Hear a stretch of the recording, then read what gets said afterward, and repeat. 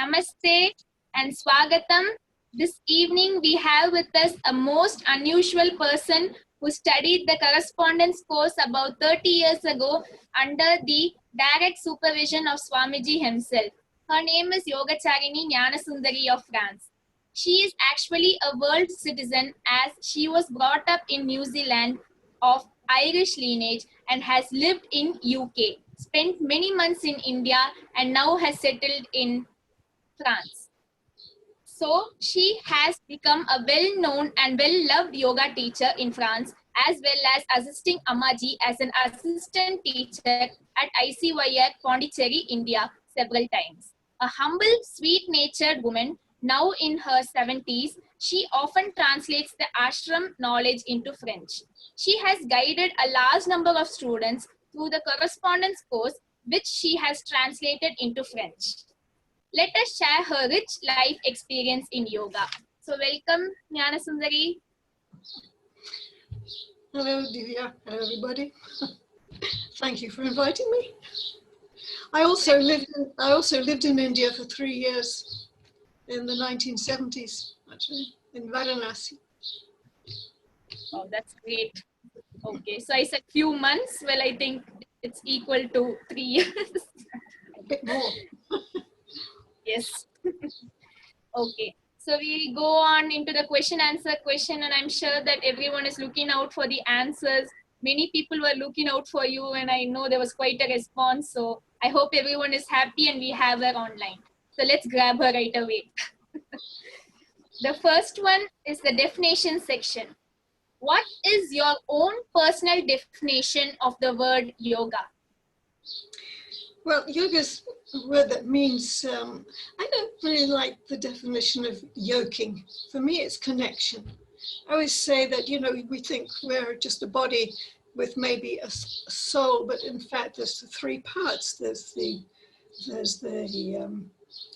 karana, which is the highest part, the causal body, and then you have the subtle body, and you also have the gross body. So that yoga sort of connects these three things up like that in a sort of triple circle. I find that a really nice image. That means a lot to me, this connecting of the three parts, because you can't really just be in one.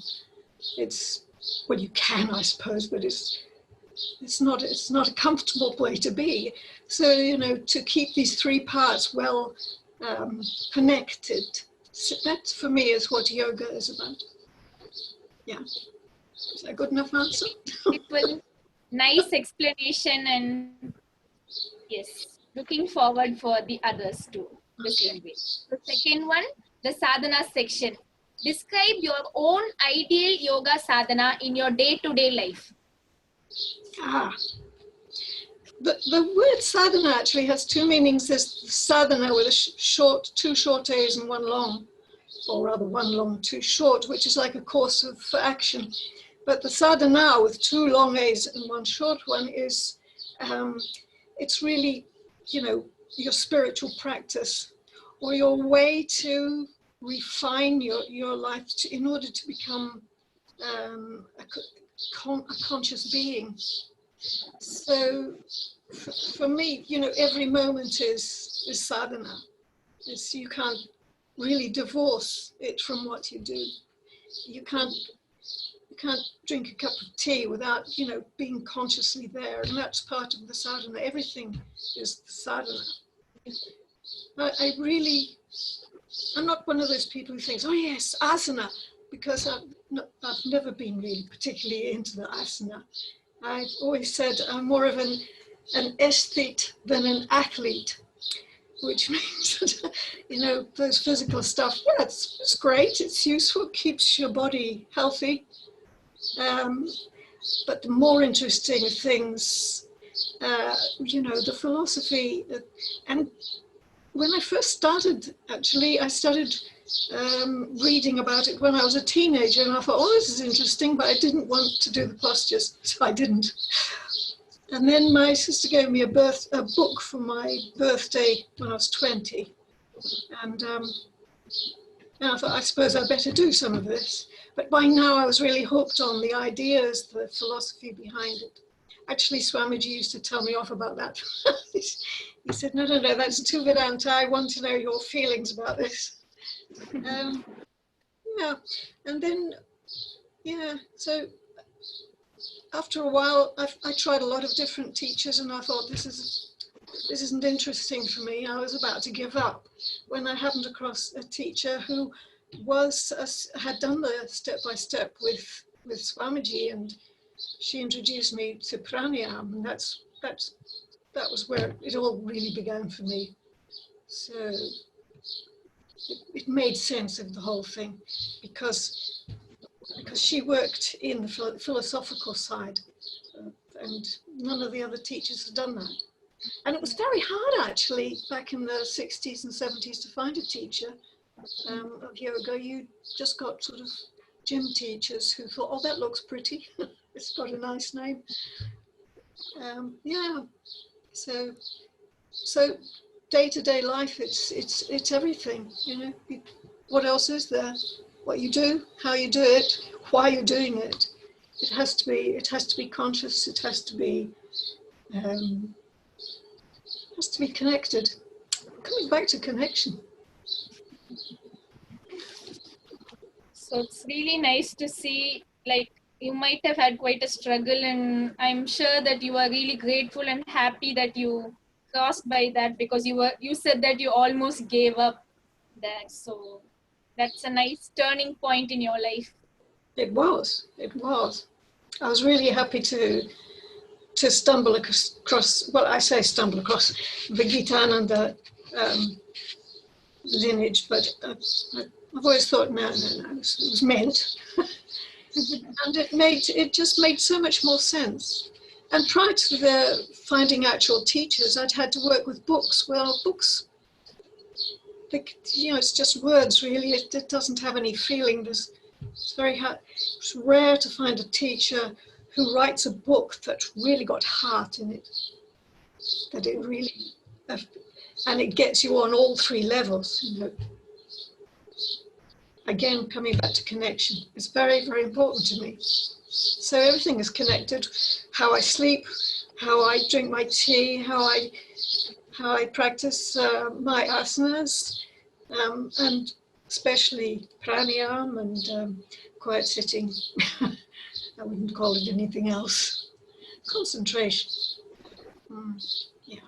So it's great to see that you really give importance to the connection of everything, and that's really nice to think of it. So thank you for putting that idea into us. And so we are moving into the next one. Contemporary yoga scene. What is your opinion of the status of the contemporary yoga scene, especially in the present time of the corona crisis? I've seen a lot of what's called modern postural yoga, which is just not, it's fairly meaningless. And at first I thought, oh, you know, yoga's being ruined. It's just being watered down. The real yoga is going to disappear. And then I thought, no, that's not possible. Not possible. That'll never happen. It's here to stay. And people in the modern world really need to find something. They're always looking for stuff. And they've been, I mean, I'm not particularly for, like, religion's never really interested in me, because it always seems to me that binds you. And it doesn't really give you a connection. And I think since in the last 50 years, particularly, the rise of consumerism has sort of completely swamped people, and they're looking to find that spiritual connection, because they're no longer going to church or synagogue or mosque or the forest. And so to have any kind of yoga, it's like a signpost, really. I think, okay, I wonder about things like boxing yoga. What is it called? Wine tasting yoga. I mean, hello. What? These things all seem like anomalies to me. I know, crazy, isn't it? I've heard worse, but some of them, you know, I wouldn't I wouldn't put them out. I wouldn't say them. But if they're given, if somebody's looking, and everybody's looking, but if they get even the wrong kind of yoga, at least they're on a track, and they may come across another track which will lead them in the right direction. And I think particularly at the moment where everybody's cooped up at home, for some people it must just be awful if you're living in one room with 5 other people and you can't go out and you've lost your connection with nature. And that must be awful. I'm so lucky I live in the country. This has been great for me. COVID's been wonderful. My garden's never been so good. My sadhana is really good at the moment, and I can thank COVID for that. But it's sad to think that so many people are suffering and dying. But I do think that this is a time when yoga will really come to the fore. I know there are a lot of people who have turned to yoga online, and I think that's good, even if it's mainly postural. It's a start for people, and they need that kind of thing, because you can't really be comfortable if you're cooped up indoors all the time. I mean, I think people are realizing this. They're thinking, okay, when I get out of this, I'll just be going back to work in an office, and they're so going to miss being in nature. And I think it's a huge turning point. I could stray off into other areas here, so I shan't. But I do feel that yoga, even weird yoga, is better than nothing at this time in history, really. So it might be acrobatic yoga, which is exactly like what it sounds. But it's better than nothing, and it's going to help an awful lot of people during this time of fear. Yes, because and the trouble with this pandemic is that they're more scared of possibilities than they are really of anything else, and fear ignites itself and it ignites other fears. And this is where yoga can really be helpful, because you just have to say, okay. And I've had several phone calls from people who were totally panicked. And I thought, oh, okay, just take a deep breath and take 3 times too longer to breathe out, and just turning to pranayama has been a huge help for so many people, myself included. Everybody worries occasionally. So COVID, time of COVID, turn to yoga, and people are. What will happen afterwards? Who knows? So really, that was very nice, and I can hear, I think the birds are chirping behind. Yep. Are the birds? We have a lot of birds. That's really nice. So we can see that you are in contact with nature, and it's so nice. Well, we have the dogs here, and luckily they are not barking. That's true. Yes. Okay. So to the next one, yogic character section. In your opinion, what is the most important character trait essential for good yoga sadhana? I suppose it's mumukshutva. Mumukshutva is the desire for freedom, basically, to desire to evolve and arrive at Ananda. And I do think that you have to have that, really. But in general, the things that go with it, like discernment and non-attachment, and of course the famous 3 R's. The 3 R's, very, very important indeed. You have to have these if It's no good saying, yeah, I'll do my sadhana today and maybe I'll have a day off tomorrow. It doesn't work like that. Yeah, I mean, it happens occasionally, but it's, the 3 hours. Man, mumukshutva, you really have to, I know you're not supposed to have desires, but mumukshutva is an acceptable one. It's part of the way. Ah, come here. I've got a visitor. I've got a birthday present for you. Look. You just come in. Wow. Came in the window. Great. Don't you get?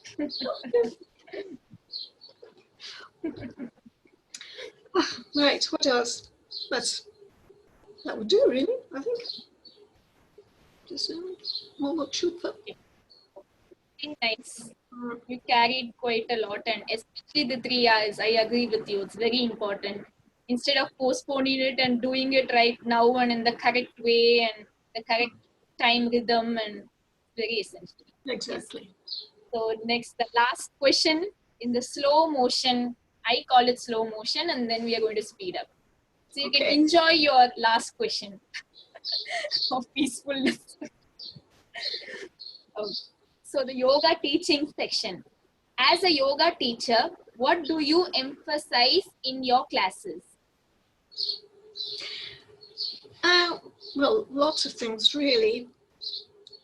I suppose I insist that we always start with a moment to settle down and turn inward. And I ask people to notice how they're feeling physically, how their emotions are, what their breath is doing, and what state their mind is. And then we come back to the breath, and we start from there. And I really encourage people to be aware of how they're feeling and things, how they're feeling physically and emotionally, and also if they have any particular thoughts, they don't have to share them, just be aware of them. Whatever we're doing in a class or a seminar. Because again, it's about connection. If you just go in and you do postures and it's just physical, it's not really going to do anything.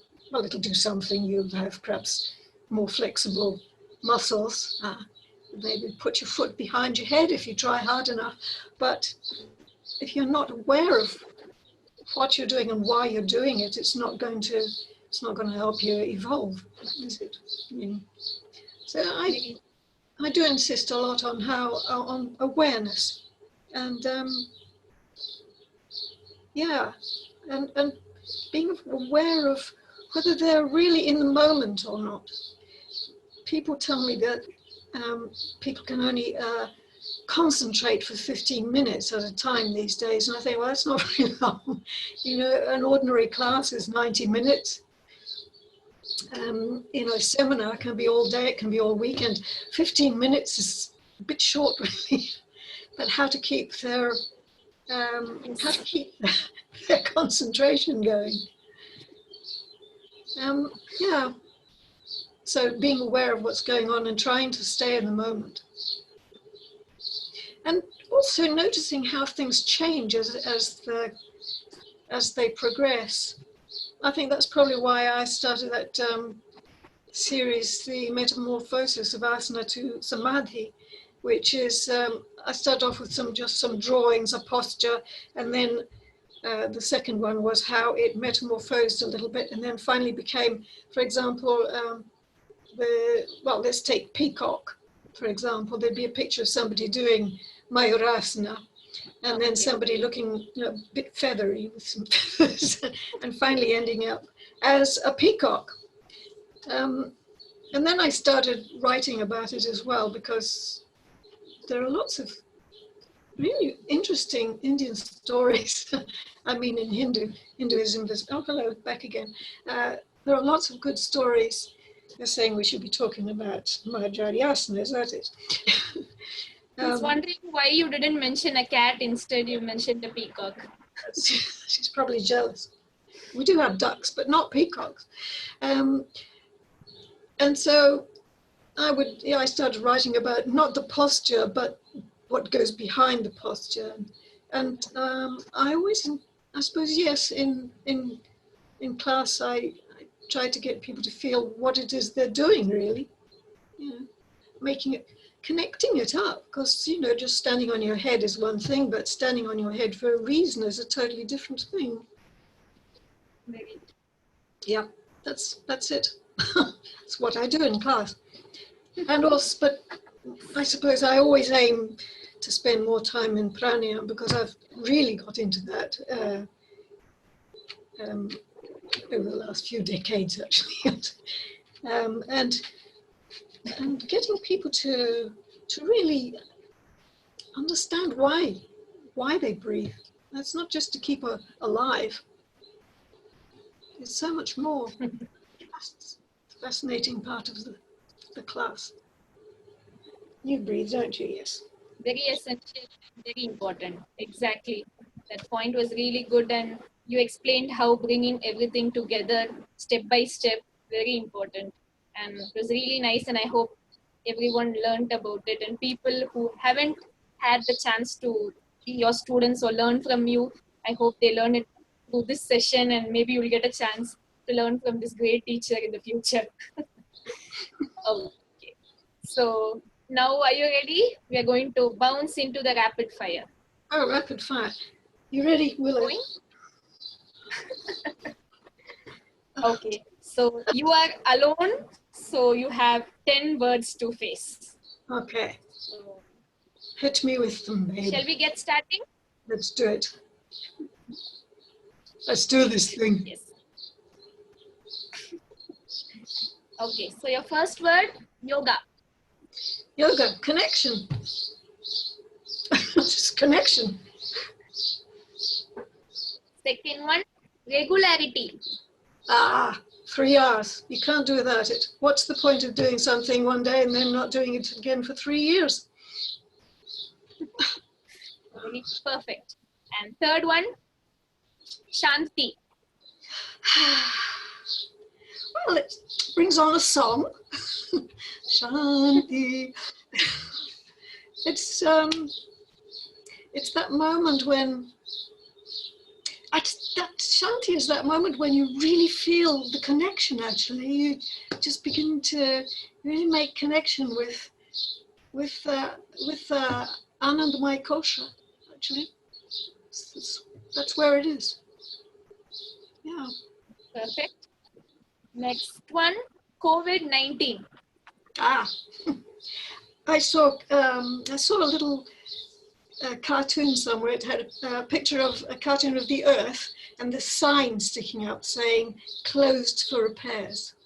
I thought, yeah, great, and it certainly is closed for repairs.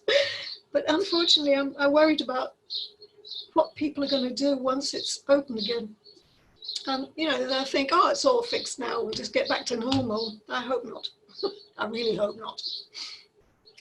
But yes, closed for repairs. Let's fix it. Let's fix ourselves. We're all part of the same thing. Exactly. Great. So finally, fifth one, samadhi. This is a word that cannot be explained.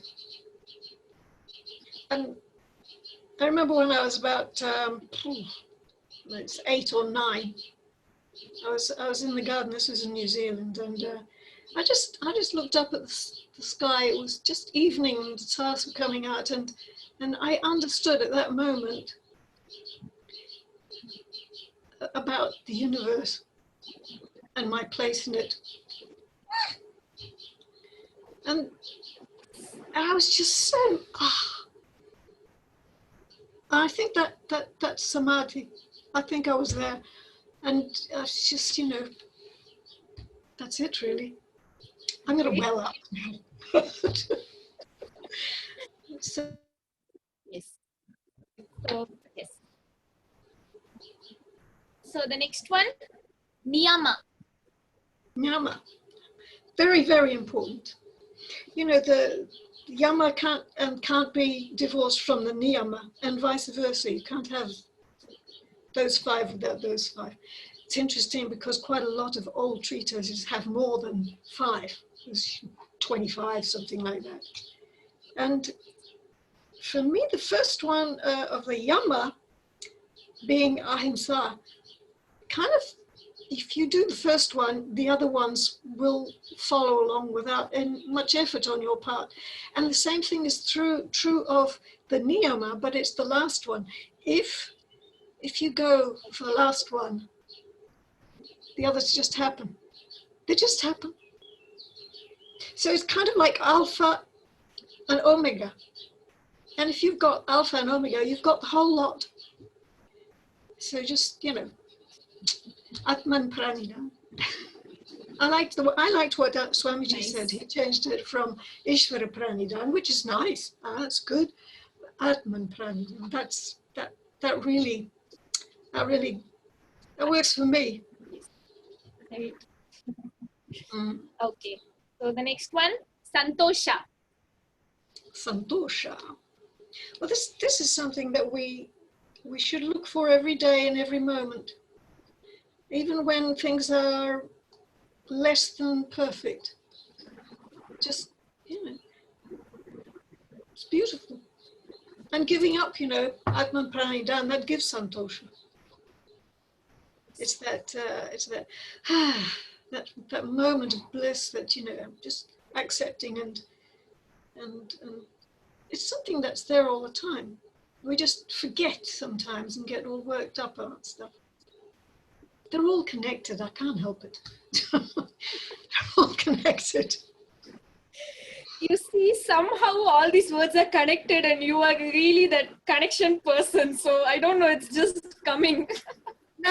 I can consult you and set these questions. You know it already. It's all in there. Somehow. Great. So the eighth one, Mother Earth. Well, this is the, clothes for a pet. Mother Earth is not called Mother Earth for no reason. We wouldn't exist if the planet didn't exist. Mother Earth we're just so cruel to her. How can we be so cruel? How can we treat her so badly? How can we pollute her and dig her up? And it's just horrible what we're doing to our mother here. It's just horrible. Why are we doing it? Greed. And what do we get? We get pollution. We get ill. We don't get anything good. So, is that how we should treat our mother? No. Be grateful to her. Treat her well. And, love her. Yeah, love her.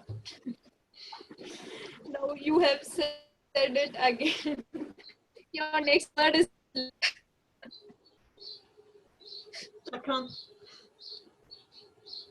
I can't hear you. What? Your next word is love.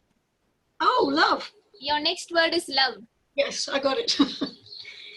There you are. Love. Well, it's, if you think about being part of the universe, which we are, and being a part of creation, the only way to go forward is through love, really, isn't it? You can't really, you can't, there's no point in being here if there's no love. Love is the main connection, actually. And love is for everything, including yourself, including cats, the sky, everything. It's universal. It's